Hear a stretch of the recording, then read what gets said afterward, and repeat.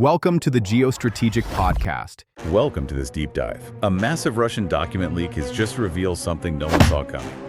Vietnam may have secretly bought 40 Su-35 fighter jets from Moscow, worth $8 billion. And if it's true, it could change the balance of power in the South China Sea overnight. Codenamed Customer 704 inside Russia's defense files, Vietnam is allegedly upgrading its air force under the radar literally. These advanced Su-35 Flanker E jets can track stealth aircraft, outrun China's J-16s, and dominate the skies over the Paracel Islands. But here's the real twist. This deal wasn't paid in cash. It was hidden behind oil revenue barter schemes to dodge U.S. sanctions. A modern Cold War cloak and dagger operation unfolding right now in Southeast Asia. Our mission today is to distill the evidence of this covert $8 billion deal and understand precisely how the Su-35 acquisition affects the strategic balance in the volatile Asia-Pacific defense landscape. Right. And this story didn't break through, the usual government statements or defense expos. No, not at all. This came out of the blue. Exactly. It surfaced after those pretty big cyber leaks back in October 2025. The ones that hit Rostec, the big Russian state defense company. Ah, okay. So hackers got into Rostec and buried in those files Was this codename Customer 704, and the documents linked it directly to Vietnam. just a name. Or was there more detail tying Customer 704 to actual hardware? Oh, much more specific. That's what makes it credible. Customer 704 was listed as the recipient, the end user, for some very advanced electronic warfare systems. EW systems, like jamming and radar stuff. Exactly.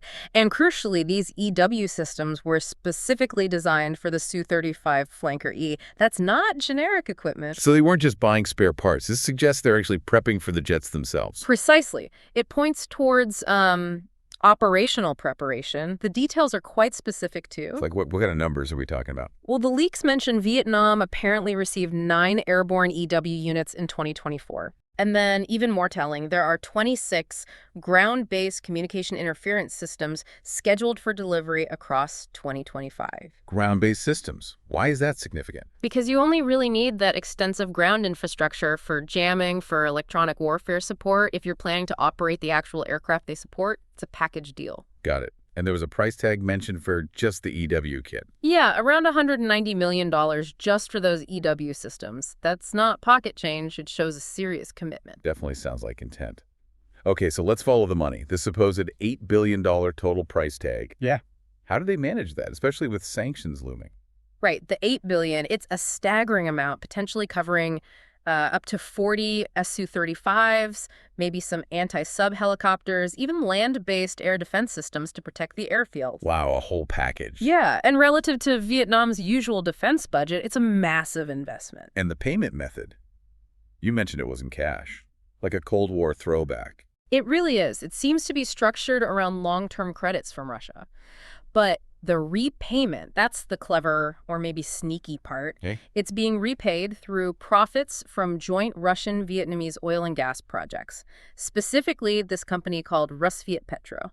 Recipe Petro, jointly owned, I assume. Exactly. Petro-Vietnam and Russia's Zarubezhneft, they operate mostly in Siberia, pull out oil and gas, make profits. So instead of Vietnam wiring billions, which would light up every sanction alarm, Right. they just use the oil money generated internally by this joint venture to pay off the debt. That seems to be the mechanism. The oil revenue, the commodity proceeds, pay down the credit line. Crucially, it avoids the SWIFT international banking system. Ah, okay, so it stays off the main financial radar used for sanctions enforcement, particularly the U.S. CIATSA law. That's the idea. Minimize the trackable footprint, minimize the direct risk of those secondary sanctions, and apparently this whole arrangement was sort of papered over during President Putin's visit to Hanoi in May 2025. Under the guise of an energy cooperation agreement. Seems like it. A convenient cover for a massive arms deal financed by oil profits. But hang on, even if it avoids SWIFT, isn't that oil revenue still traceable somewhere? Couldn't the U.S. still pressure Petro-Vietnam if they really wanted to? How foolproof is this, really? That's the multi-billion-dollar question, isn't it? It's not entirely risk-free. The U.S. could potentially target the entities involved, but Vietnam seems to be making a calculated gamble here. Gambling on what? On their strategic importance to the U.S., Washington needs partners in the region to counterbalance China. Slapping heavy States-axis sanctions on Vietnam could backfire badly. Pushing them closer to Russia or even China. Exactly. It undermines the whole U.S. Indo-Pacific strategy. So Hanoi's likely betting that Washington will, maybe make some noise diplomatically, but ultimately hesitate to pull the trigger on major sanctions. It's high-stakes geopolitics financing this. That makes sense. A risky calculation, but you can see the logic. Mm-hmm. Okay, let's shift from the finance back to the hardware, the strategic payoff. Why is the Su-35 such a big deal compared to what Vietnam already flies, like their older Su-27s and Su-30s? It's a huge leap. Those older Sukhois are capable, sure, but they're essentially fourth-generation tech. The Su-35, the Flanker E, is what they call 4++ generation. Meaning it incorporates a lot of technology edging towards fifth-gen fighters like the F-22 or China's J-20. It's specifically designed to compete with those advanced jets. For Vietnam, it's about trying to restore some level of air parity, especially against China. Okay, talk about the performance. What makes it stand out? The agility. Definitely the agility. It has two incredibly powerful Saturn engines, the AL-41 F1S, but the real magic is the three-dimensional thrust vectoring nozzles. Right, the nozzles that can swivel. Yeah. They allow the jet to direct its thrust independent of the airframe's direction. This gives it super maneuverability.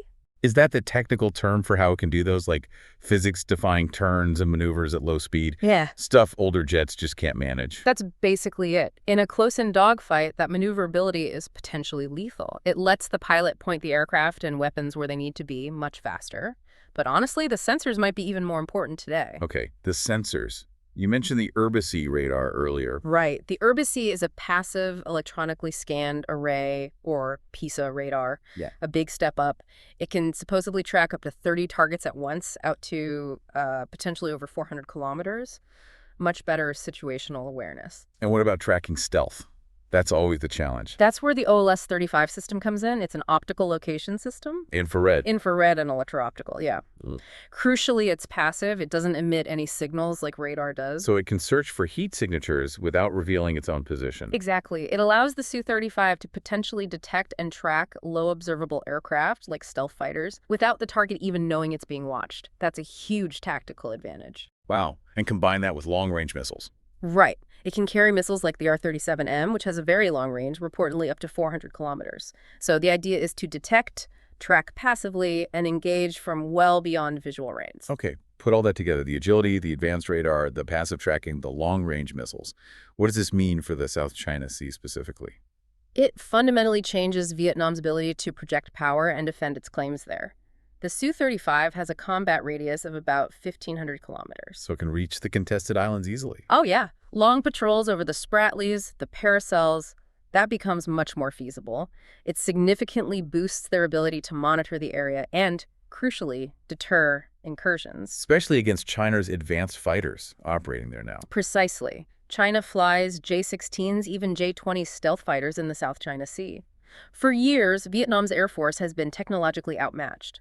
The Su-35 is their attempt to level the playing field, to regain a credible deterrent in the air. It really is a high-risk, high-reward strategy. This brings us back to Vietnam's foreign policy, this bamboo diplomacy. Can you quickly explain that? Sure. Bamboo diplomacy is basically Vietnam's knack for being flexible but resilient. Like bamboo, it bends in the wind, meaning it maintains relationships with all major powers, US, China, Russia. But it doesn't break, meaning it fiercely guards its independence and doesn't get locked into any single alliance. Trying to balance everyone off each other. Kind of, yeah. Yeah. But the Su-35 deal really pushes the limits of that flexibility, doesn't it? It directly risks antagonizing the United States, a really important partner for them. Because of the CASA sanctions risk we talked about. Exactly. They're essentially betting that Washington needs Hanoi as a strategic counterweight to Beijing more than it needs to punish them for buying Russian jets. It's a huge test of that bamboo diplomacy concept. So the U.S. is in a tough spot. Punish Vietnam and risk pushing them away. Or let it slide and potentially weaken the impact of sanctions against Russia. That's the dilemma. A rock and a hard place for Washington. Punishing Vietnam could seriously undermine the U.S. Indo-Pacific strategy. So like we said, many analysts expect maybe some quiet pressure, some silent diplomacy, but perhaps not the full force of public CAATSA sanctions. Interesting. What about Russia's perspective? How important is this deal for Moscow right now? Oh, it's vital for them. They're under heavy Western sanctions, facing isolation. A multi-billion-dollar deal like this provides much-needed cash flow. And proves they can still sell high-end military gear despite the sanctions. Yes, exactly. It shows they still have access to major markets outside the West. And it fits this wider trend we're seeing in Southeast Asia, countries building what they call multi-vector defense relations. Meaning they buy from everyone, diversifying their suppliers. Pretty much. Prioritizing getting the best capability for their needs, regardless of the supplier's flag, without tying themselves too closely to any one superpower bloc. But there's a potential catch, right? Can Russia actually deliver 40 advanced jets given the war in Ukraine and reported issues with things like semiconductors? That's a really significant caveat. There are serious questions about Russia's defense industrial capacity right now. They need jets for their own use in Ukraine, and sourcing advanced components, especially microchips, is reportedly a real bottleneck due to sanctions. So Vietnam might have signed a deal for jets that won't show up for years. It's a definite risk. Some reports suggest deliveries could be delayed significantly, maybe pushing past 2028. So Vietnam might be paying a huge political price now for a capability that won't materialize for quite some time. That could undercut the whole strategic rationale. A crucial point. Yeah. So as we wrap up, final strategic consideration. The quietest of agreements is capable of producing the most powerful echoes across the ocean. Yeah, I think that sums it up. What this alleged deal really shows is Vietnam making a very pragmatic, maybe even cold calculation.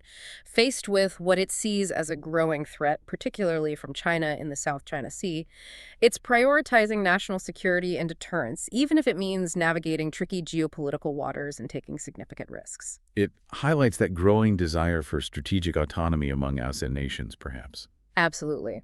They're increasingly focused on their own security needs first and foremost, rather than strictly aligning with traditional power blocs. It's a more complex, multipolar world emerging. Which leaves us with a final thought for you, the listener, to consider.